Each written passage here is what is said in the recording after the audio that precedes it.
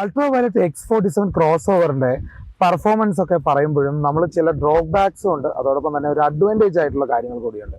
അപ്പോൾ ഈ വണ്ടിയെക്കുറിച്ച് നമ്മൾ പ്രത്യേകിച്ച് പറയുമ്പോൾ തന്നെ ഇതിന്റെ മേജർ ഇഷ്യൂ ഇതുവരെ റിപ്പോർട്ട് ചെയ്തിട്ടുള്ള ഇന്റർനെറ്റിൽ വന്നിട്ടുള്ള അതോടൊപ്പം തന്നെ യൂസർ കാര്യങ്ങൾ റേറ്റിംഗിൽ വന്നിട്ടുള്ള ഇഷ്യൂസ് എന്ന് പറയുന്നത് ഇതിനൊരു ഇന്റഗ്രേറ്റഡ് മാപ്പ് വരും, അതിൽ ചെറിയ ലാഗ്സ് വരുന്നുണ്ടായിട്ടാണ്. അതോടൊപ്പം തന്നെ ABSന് ചില സമയത്തുള്ള ചെറിയ ചെറിയ മിസ്ഫങ്ഷൻ പറയുന്നുണ്ട്.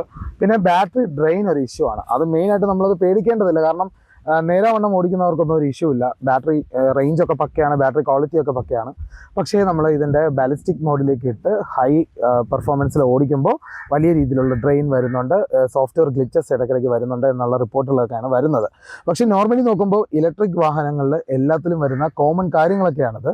അല്ലാതെ വലിയ രീതിയിലുള്ള ഈ ഒരു വണ്ടി കാരണം ഒരു ഇഷ്യൂ ഉണ്ടോ എന്നുള്ളൊരു ഫ്യൂച്ചറിൽ ഉപയോഗിക്കുമ്പോൾ ഉണ്ടോ എന്നുള്ള ഭയമൊന്നും വേണ്ട. കാരണം അത്യാവശ്യം നല്ല രീതിയിൽ ക്വാളിറ്റിയാണ്, ബിൽറ്റ് ക്വാളിറ്റി ആയാലും ഇതിൻ്റെ സർവീസ് ക്വാളിറ്റി ആയാലും നല്ല രീതിയിൽ തന്നെയാണ് അൾട്രാ വയലറ്റ് കൊടുക്കുന്നത്.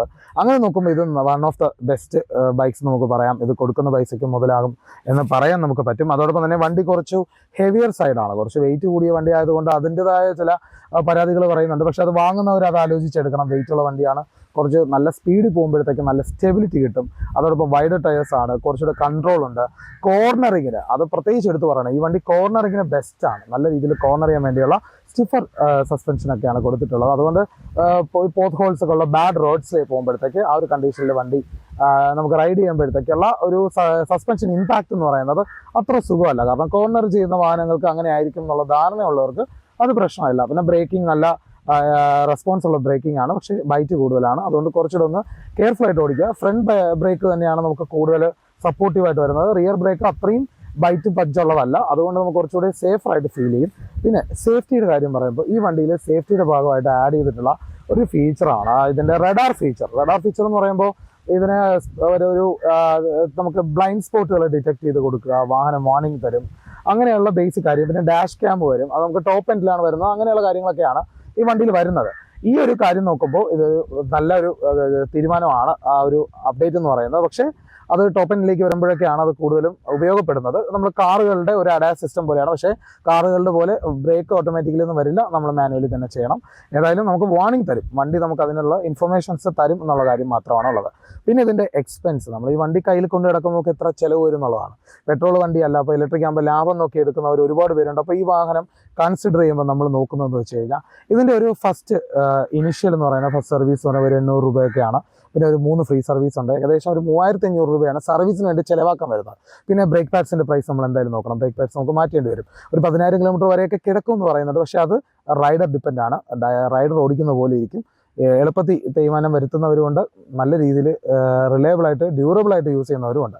അപ്പോൾ അതുകൊണ്ട് ബ്രേക്ക് പാഡ്സിൻ്റെ കാര്യം വരുമ്പോൾ 2 ബ്രേക്ക് പാഡ്സും ഉണ്ട്, ഫ്രണ്ടും റിയറും കൂടി ചേർത്ത് ഒരു 3500 രൂപയ്ക്കകത്താണ് വരുന്നത്. അപ്പോൾ ടോട്ടലി പറഞ്ഞു കഴിഞ്ഞാൽ ചെയിൻ സ്പ്രോക്കറ്റ് അതുപോലെ ഒരു 3000-4000 റേഞ്ച് വരും. അപ്പോൾ ചെയിൻ സ്പ്രോക്കറ്റും ബ്രേക്കും സർവീസ് എല്ലാം കൂടി ചേർത്തൊരു വർഷത്തേക്ക് ഒരു 10,000 രൂപയ്ക്കകത്താണ് ഏകദേശം വരുന്നത്. പിന്നെ പെട്രോളിൻ്റെ കോസ്റ്റ് വരാത്തത് കൊണ്ട് തന്നെ ഇലക്ട്രിസിറ്റിയുടെ കോസ്റ്റൊക്കെ വളരെ കുറവാണ്, റേഞ്ചുള്ള വണ്ടിയാണ്. അങ്ങനെ യൂസ് ചെയ്യുമ്പോൾ ലാഭകരമായിട്ടൊക്കെ ഫീൽ ചെയ്യാം. ഒരു ഫ്യൂച്ചർ ഓരോ ഇയർ ആയിരുന്നാലും നമുക്ക് ഈ ഒരു എക്സ്പെൻസ് ഒക്കെ തന്നെയാണ് വരുന്നത് സർവീസിൻ്റെ കാര്യമൊക്കെ വരുമ്പോൾ. അതുകൊണ്ട് നമുക്ക് വലിയൊരു ചിലവുള്ള വണ്ടിയല്ല. ഈ ഒരു സെഗ്മെൻറ്റിൽ അല്ലെങ്കിൽ ഇത്രയും പെർഫോമൻസ് വരുന്ന മറ്റു വാഹനങ്ങളുമായിട്ട് കമ്പയർ ചെയ്യുമ്പോൾ അതിൻ്റെ പകുതി എക്സ്പെൻസ് മാത്രം വരുന്നു എന്നുള്ളതാണ് എടുത്തു പറയേണ്ടത്. അതുകൊണ്ട് അറിഞ്ഞ് മനസ്സിലാക്കി ഈ ഒരു പൈസയുടെ കാര്യമൊക്കെ മനസ്സിലാക്കി എടുക്കുന്നവർക്ക് ഇത് നല്ലൊരു ഓപ്ഷനായിട്ട് തന്നെ നമുക്ക് ഈ വണ്ടി ഉപയോഗിക്കാം. പിന്നെ ഓഫ് റോഡിന് ഒക്കേഷണലി കൊണ്ടുപോകാം, അങ്ങനെയുള്ള ഫീച്ചറൊക്കെ ഉള്ള വണ്ടിയാണ്. അതുകൊണ്ട് വളരെ നല്ല ഒരു വണ്ടികളുടെ ലിസ്റ്റ് ചോദിക്കുമ്പോൾ അതിനകത്ത് തന്നെ നമുക്ക് റെക്കമെൻഡ് ചെയ്യാൻ പറ്റുന്നതാണ്.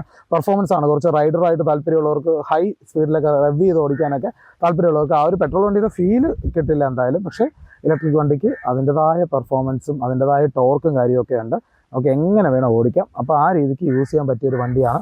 നല്ല രീതിയിൽ സസ്പെൻഷൻ ട്രാവൽ കൂടിയുണ്ട്. ഒരു